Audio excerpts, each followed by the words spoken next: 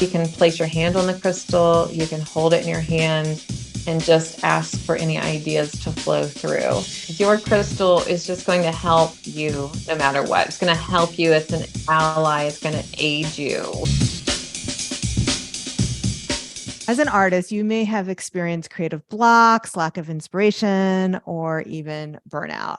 I know I have, especially during the pandemic. I had so much time, but I was completely burnt out and my creative well was dry. Now, if you're feeling stuck for whatever the reason, it can be difficult to move through that. And that's why it's always helpful to explore all the techniques and tools that are available to us. One thing that has been used for centuries are crystals, which help balance your energy and enhance intuition and creativity. Now, to help us talk about that, I've invited an expert. She is the host of the Spiritual and Ambitious podcast, and she's given countless readings, like 10,000 readings to thousands to help them connect with spirit. She's also an expert in working with crystals and can share insights on how they can be used to enhance creativity and intuition for artists. Please welcome to the Inspiration Place, Whitney McNeill. Thanks so much for having me. I am really excited for our conversation about crystals and creativity.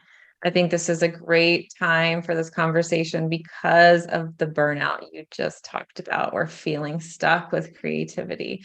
So we can talk all about how to utilize different tools that we might not know to help shift that energy for us. Okay. I got a list of questions for you. Bring it on. All right. So first of all, how can crystals enhance creativity? Let's back this conversation up for somebody who maybe is not familiar with why crystals work and how they can help you. Like, why crystals? I think that really should be the first question. Absolutely. Well, not only are they beautiful and they're fun to look at, but they also can support our energy. So we have energy in our body, and it's always great to utilize different tools in our lives to help support that energy. So, for instance, if we want to seek out a relaxation, right? One of the tools could be, okay, I'm going to go get a massage to help relax. Well, crystals are a tool. They're allies to us, and they resonate at different energies, just as we do. We all have a unique vibration, a different personality, a different pitch to our voice. So we have this unique energetic imprint, if you will. And certain crystals also vibrate at certain levels and different vibrations too. And so you can help your energy if you're wanting more creativity, more inspiration, whatever your goal is, by selecting an ally or a tool that supports that specific vibration. So for instance, with chakras, we have different chakras that help govern different areas of our life, such as creativity. So sacral chakra being great for creativity, one-on-one relationships. And so we have crystals that support that specific goal and that specific area of our life, just as others. So crystals vibrate at a different frequency, and they help support the energy around us by wearing them, by putting them in our art, by putting them around our desks, where we sleep. That is how they can help support us. Okay. One way that I like to think of it as somebody who only recently became like interested in this is that crystals, what you're talking about with the frequencies, that they're actually used in radios to pick up frequencies. How else are they used in science to? Yeah, they can be used in watches. So, and they're in different machines to scan and things like that, and computers. I mean, it's just amazing when you really think about, all right, science is utilizing this. Well, okay, that has some credibility to us being able to use that energy around us in our environment too. Love that. So I also like them because they're pretty. And then for those who know that I have this apartment in the city, and then we have a farmhouse. And one of the biggest crystal places in the Northeast. I really should get them to sponsor this episode, by the way. I just You realized that. totally I know. should. I totally should. Could reach out to them. So it's on my way. And there's like this vegetarian cafe in the town of Wurtsboro, and we always stop there to pick up lunch and get like vegan food. And then I go to the crystals, and I'm just picking out what looks pretty. Like, I'll put it in my hand, and does that feel good? I don't know, but it's pretty and it will look good in my, whatever. But there was one time, and I was feeling very sad about my son moving away to Israel. And I asked them to help me pick out a crystal that would pull in like the love energy. Does that make sense what I'm even saying? I don't even know what I wanted, but I just figured that there was a thing that would do that. So of course they pulled out this giant crystal, and it was so big that the owner came over and like wanted to know who I was, it was like, Oh, wow. no, there wasn't the most expensive one in the shop. Like, I think it was like $150, but I think most people don't go in there buying those things, but they do have crystals that are like hundreds of dollars. Oh yeah, thousands of dollars. So in Arizona, we have the Tucson Gem Show every February around that time, and just thousands of like humongous crystals that exist that people will pose with. They make chairs out of them, and of course, we can have tiny little pocket stones as well. But I will say, size isn't all that matters. I mean, we say that about other topics too. As far as crystals go, a little tiny crystal can pack a punch, right? It's like you could have a really large crystal, which could radiate amazing energy, but let's not discount the small ones too, that can really have an intense energy too. Oh, that's good to know. So like, I just get a little tiny crystal and stick it in my pocket. It should do the same thing as a big crystal. Well, I'd say yes and no. You've got to make sure that that crystal is going to work for you. And I always say the best way to purchase a crystal is to go in person. And you can take a few moments before you go in the store and set your intention, which it sounds like you did. You were really clear in what you wanted a crystal to help you with. So when you're in the store, you might already have some, let's say, knowledge of what color you're looking for, or, what you think might help. But allow yourself to kind of be drawn around the store. And when you get in front of a section of crystals, you could just take a few moments and just let your intuition guide you and say, all right, which one should I pick up? Which one should I try out? And I always say, do your non-dominant hand or your left hand and pick up the crystal. Take a few moments, and you can just say in your mind, will this crystal be the right fit for me? Will this crystal work for me? And you might feel a yes or a no, because I will tell you, Miriam, sometimes you get crystals and it feels like it's a dud.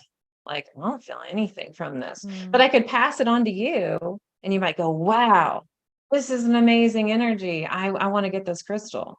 So it really depends on the piece and the type of crystal, and if your energy really resonates with what's coming from it.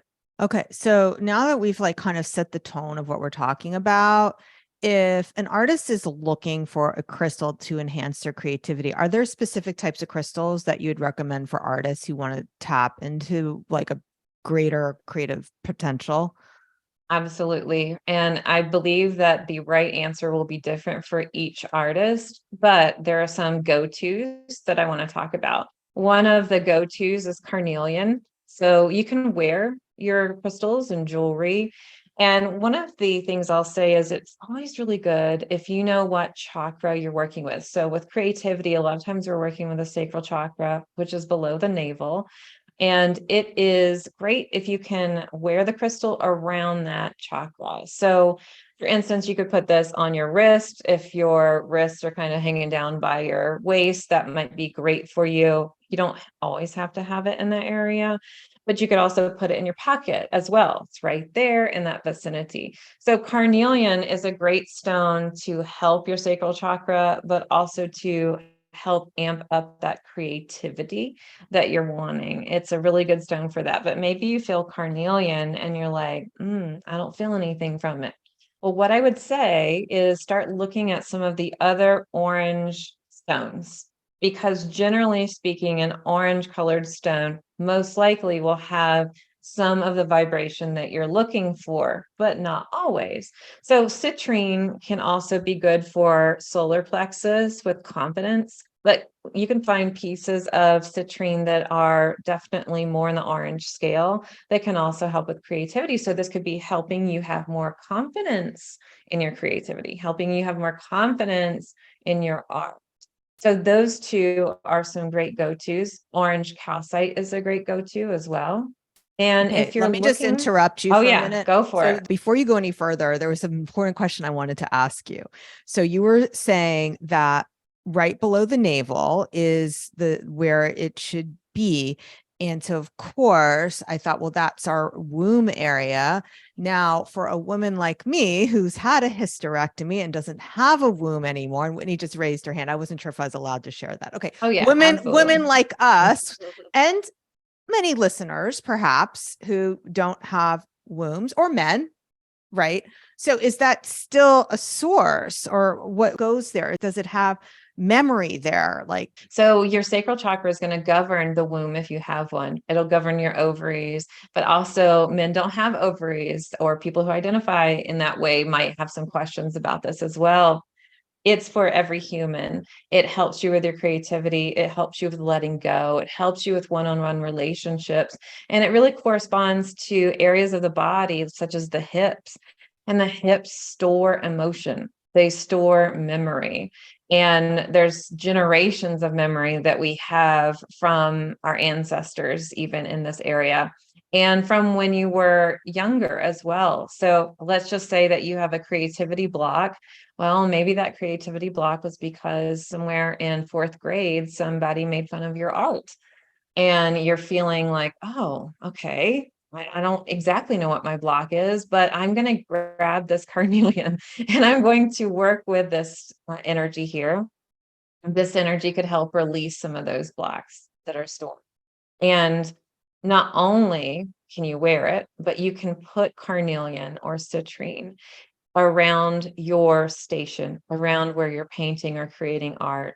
You can actually, as long as the stone is not entirely too heavy, like we were talking about earlier, you can put the stone directly, if you're in your bed, right? You're laying down. You can put it right below your navel as well and think about your art.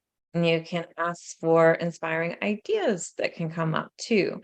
But when we get to it, I have some other crystals that aren't orange. But generally speaking, these can be really, really helpful. So no, you don't have to have a physical womb in order for this to help you. okay, thank you for clarifying that. That's a good question. Yeah. All right. So do you have any personal experiences, either yourself or stories of artists that you've worked with who have used crystals to enhance their creativity? And what happened with that? Yeah, absolutely. So I have a kind of an interesting story, and then I'll talk about what you might be thinking. So I used to teach intuitive art classes, and we would paint the chakras, and I would lead everyone through meditation, and we would put a specific crystal down based on what we were painting, what the intention was. So with creativity, we might place some sort of orange crystal on the table. We may hold that crystal. And for the third eye, for an example, you could use lapis lazuli, which helps you with your intuition, right? Like your inspiration. I want to get inspired of what to create. And then painting whatever it is as you're holding the crystal, or allowing it to be in your pocket and painting whatever it is. So many times people would come in and say, Whitney, I don't have any art experience. I don't know what I'm doing. And like, no problem. We're not doing a paint by numbers. We're doing intuitive painting.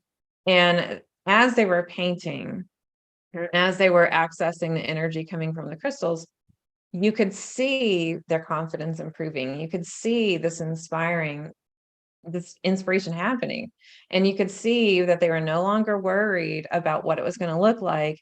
And it was actually, they were healing their energy as the painting was happening, which is really beautiful. But I wanted to tell you another story, which is really fun.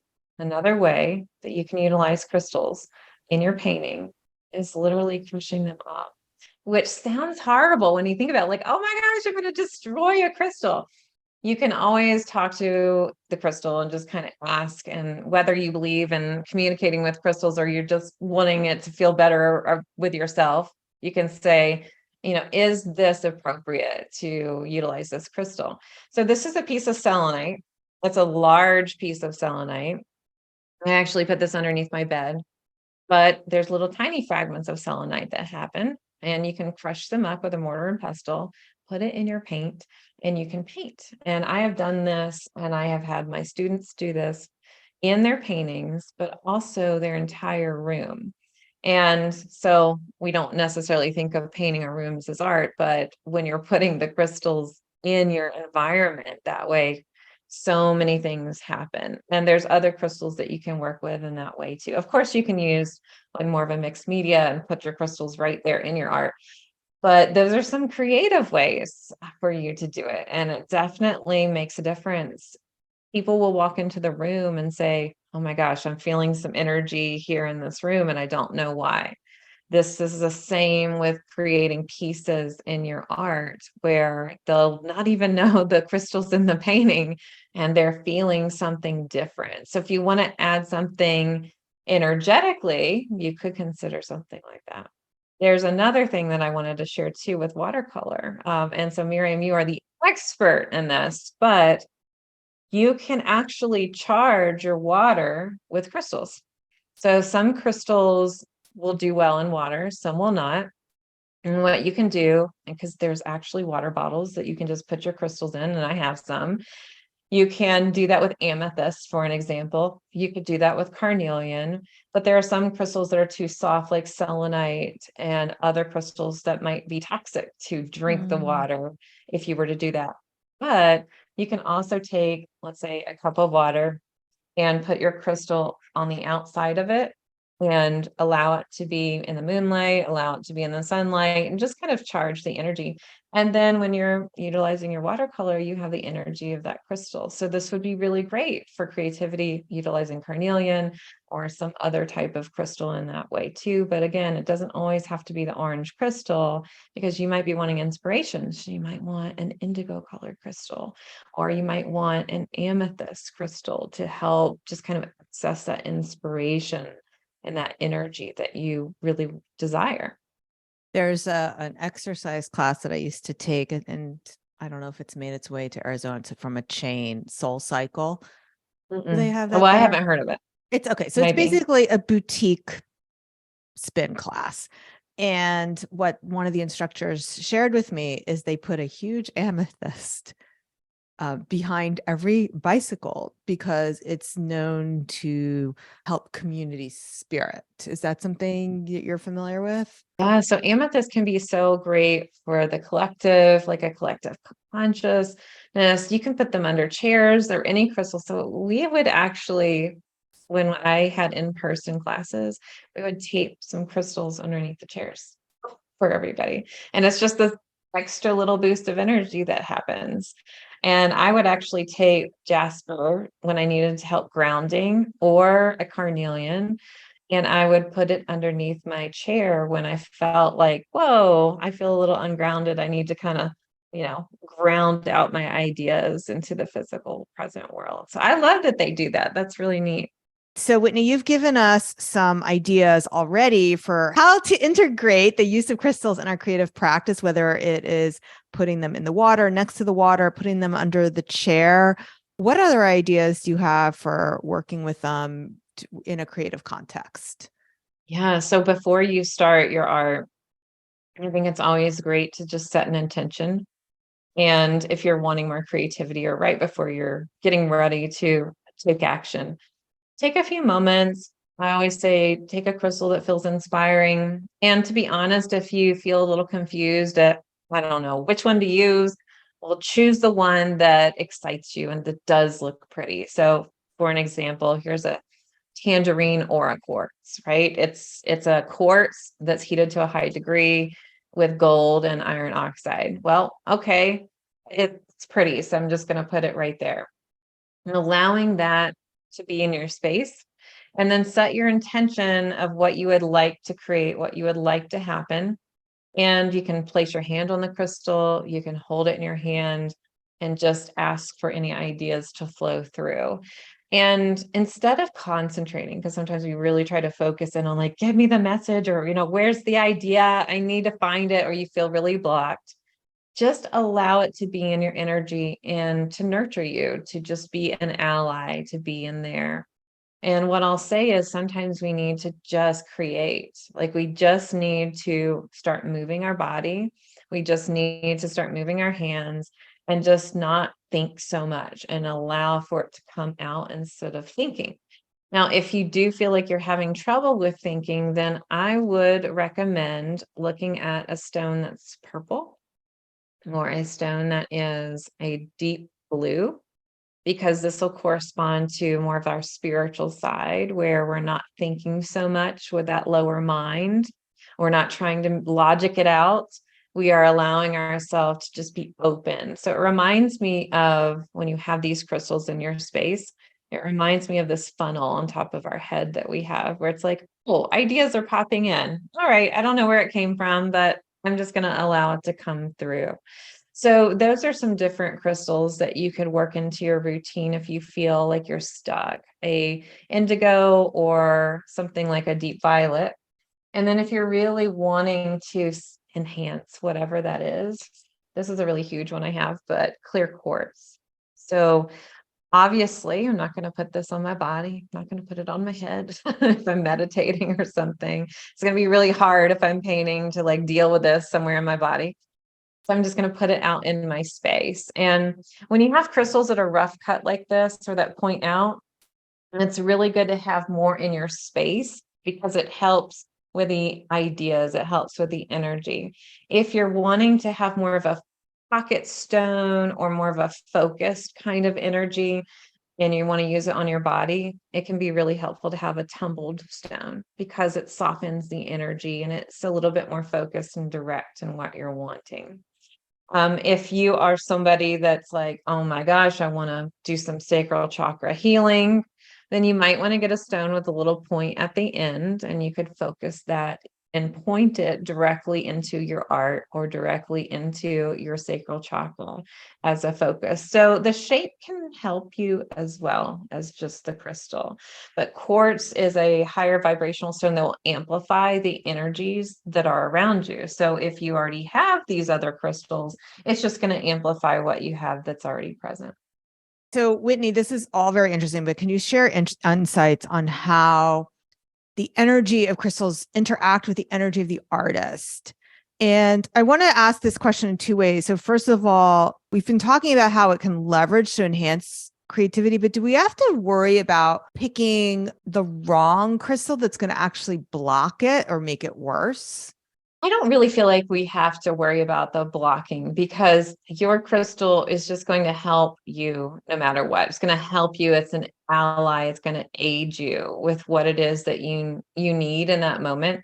So let's just say that you picked a deep red crystal, or you picked more of a light blue crystal or a green crystal. Well, that's going to help your heart energy. Let's say if you picked a green one, and then you'll have more love in your painting, as it's coming out. If you have picked a deep red one, then you might start to be more attracted to more earth elements, or you're feeling more grounded when you're painting as well. So there's not really anything that's going to block you. It's just more so, okay, I have allies for different areas, allies for different things. What I will recommend is that when you sit down to paint, I don't recommend tons of crystals everywhere. I recommend just a few or just one or two, so that you're not being bombarded with all the different energies. All right. So that brings us to your intuitive languages. So how does like the sensitivity of people relate to that, or does it? I know It you have does. 4 So intuitive languages as part of your framework. absolutely. So every single person is intuitive. It's just sometimes people don't recognize that they're intuitive, or they say they're not because they've watched a movie or they've heard some stories and they're like, I don't see anything when I meditate. I don't hear anything. I don't feel anything. I'm not intuitive. But really they are. They just don't know how it comes in for them. So there's 4 main intuitive languages: the seer, the owl, the empath, and the channeler. So the seer is what we traditionally think. When I close my eyes, I'm going to see something. I'm going to see a vision. I'm going to see a color. I'm going to see which crystal to work with, or, when I'm meditating, I'll see things. The owl is someone that can hear their messages or hear their inspiration as it comes in. So maybe you're wondering what to paint, and all of a sudden you hear, oh, I'm going to paint this flower, or, oh, I hear this color to use. If you're an empath, you're more of a feeler. So you'll probably sit in front of your paints or your canvas and you're saying, ooh, I feel like using this today. I feel like I need to be drawing circles today, whatever it is. It's more of like a feeling. And then there's the channeler. The channeler thinks they're not intuitive at all if they don't have another language. And the channeler is. Their body is intuitive and it shows up like this. Oh, have a thought. This is what I'm going to paint today. It's just a thought. It's just, I'm going to do this. Or my body's just painting some stuff and I don't know what it's going to look like, but I'm just in it. I'm just in it, and we'll see what the end result is. So they move through body and they have thoughts that pop up. With that, there's different languages that might resonate more with different crystals. So if you're a seer or an owl, you may, if you want to open that up more, want to choose a deep blue stone, an indigo, or a violet stone. And the reason is because people that are geared more to seeing or hearing their intuition, that's because their third eye chakra is at work. Their energy is very active there. So if they'd like to enhance that, then they can utilize one of those crystals. Now, those who are channelers and empaths, their intuition is more so governed by their third chakra, not their third eye, but their third chakra, the solar plexus, which is a yellow energy. So they may feel like, I want to enhance this. I really would like to have more of a yellow crystal, like a citrine. So this is different depending on your intention. If you are an empath and channeler, or a channeler, and you'd like to increase your sight from your intuition, or you want to hear your intuitive messages or your inspirations, and you might want to choose a purple or indigo crystal. So it really depends on where you feel guided and what you would like to open up a little bit more. But regardless of your intuitive language, you can still utilize the crystals that really match the colors or your intention. So it doesn't necessarily matter which one you are. It's just, what's your intention? Okay, that's beautiful. Now, if I were to guess, I have not taken Whitney's quiz yet, or if I did take the quiz, I might have taken the quiz a while ago and I forget. But if I were to guess, I would say I'm an owl. You know what? Owls are the rare type if it's their primary language. So I would say the top two tend to be seer and empath, and then channeler, and then owl. And owls will hear their messages, and it often sounds like your own inner reading voice. And sometimes people have trouble with discerning, is this my own stuff, or is this like an intuitive message? And owls tend to talk out loud. They like talking. They need to hear themselves talk. They need to process things out loud. So if you're resonating with that, yeah, you're probably an owl. Yes, and yes. Yeah, By the way. they've taken information through listening. So everybody listening to the podcast, if this is the best way for you to take in information, then yeah, chances are you're an owl. Or at least have it in your energetic makeup, because we're not just one language. We have generally a primary language or a top two, but we can still have all. And here's the thing, Miriam, our intuitive language can change because we're changeable people or changeable beings. So if you're an owl today, in 2 years, you might not be. You might have a different primary language. But sometimes people say to me, well, is it bad if I have just one? Is it bad if I have all? Absolutely not. I encourage everybody to learn all the languages so that you can be more fluent in conversations with your intuition. Okay. So if you want to know which language you are, you can go to schulmanart.com/intuitive. We will put the link in the show notes. And I want to know on the comments below, share with us what it is. I'll make sure that I'm going to take the quiz and pop back in here and share what results I actually got. We'll see if I was right about that. If you're not watching this on YouTube, you can tag me or DM me on Instagram. I'm at Shulman Art, or you can tag Whitney. Messenger of Spirit. I would love to know. That would be really fun. Yeah. So tag both of us and what other insights you got from this episode. Do you have any advice or words of wisdom for artists who are interested in exploring crystals and connecting to their inner selves? I would say try it out, just go for it and see what works best for you. Don't get stuck in the weeds of, oh my gosh, how exactly am I supposed to utilize crystals? There is a great process that you can utilize, but let's just keep it simple for today. Do you want to wear one? What's your intention? Right? And then choose a crystal that really feels good for you. And let's just say that you find a crystal and you wanted to wear it, but you couldn't find a piece of jewelry. You can also get a gem cage. They're like, I don't know, $1, $2, $3. And you can shove your crystal inside of it and wear it as a necklace. So don't make it too hard, but try it out and let us know how it's going. I would love to know over on Instagram, tell Miriam how it's going, and just make it easy. But this is a great way that you can utilize and just enhance what you already have going on for you. Okay. All right. So don't forget to check out the quiz. You'll find that at shulmanart.com/intuitive. And Whitney, do you have any final words for our listeners and watchers before we call this episode, video, podcast, whatever it is that you're however you're consuming? Maybe you're just channeling it. Who knows?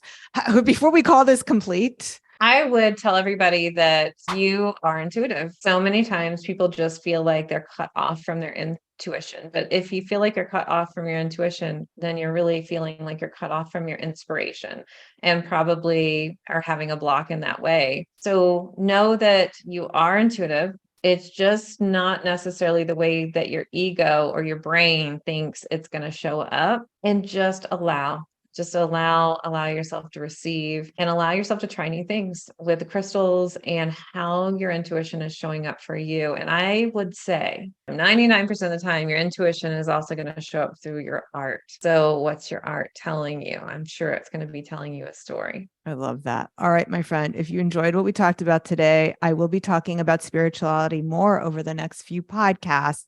So make sure you hit subscribe. All right, I'll see you same time, same place next week. Until then, stay inspired.